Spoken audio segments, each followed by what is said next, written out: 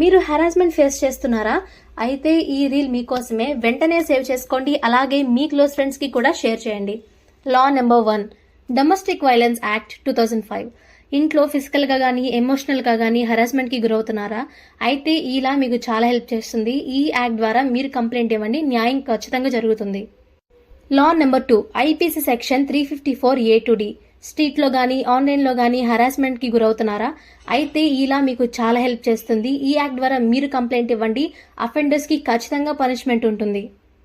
Law number 3, IPC section 375 and 376. Consent అంటే consent, no అంటే no. ఈ లైన్ క్రాస్ చేస్తే ఈ లా అఫెండర్ ని జైలుకి పంపిస్తుంది. Justice guarantee. లా నెంబర్ 4, డౌరీ ప్రొహిబిషన్ యాక్ట్ 1961. పెళ్లికి ముందు గానీ పెళ్లి తర్వాత గానీ డౌరీ ప్రెషర్ ఫేస్ చేస్తున్నారా? ఈ యాక్ట్ మీకు చాలా యూజ్ అవుతుంది. డౌరీ అంటేనే పెద్ద క్రైమ్.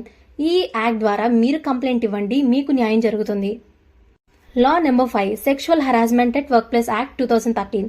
ఆఫీస్లో సెక్షువల్ హెరాస్మెంట్ ఫేస్ చేస్తున్నారా? భయపడకండి, ఈ యాక్ట్ మీకు చాలా యూజ్ అవుతుంది. కంప్లైంట్స్ కమిటీలో కంప్లైంట్ పెట్టండి, యాక్షన్ గ్యారంటీ.